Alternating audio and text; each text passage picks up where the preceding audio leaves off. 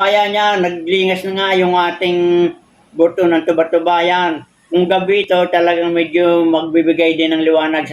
Ito yung buto ng tuba-tubang bakod o kung tawagan ng iba ay poison nut. At ayon sa pananaliksik ng ating eksperto, itong buto ng tuba-tuba ay isa ding source of fuel. At sa atin mga ninuno, ito ay ginagawa nilang ilaw kapag gabing madilim at ang kanilang ginagawa ay tinutuhog sa isang kawad o doon sa isang matigas na bagay at kanilang sinisindihan at ginagawang ilaw sa gabi. Ngayon, kung talagang ito ay source of fuel.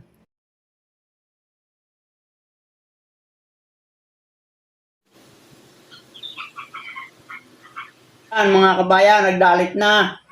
Kaya nga lang, kailangan mag-aantay tayo ng 2 minuto para lubos na pumasok sa loob yung apoy doon sa kanyang pinaka-fuel. Kaya niya, naglingas na nga yung ating buto ng tuba-tubayan. Kung gabi ito, talagang medyo magbibigay din ng liwanag sa daan kapag madilim yan.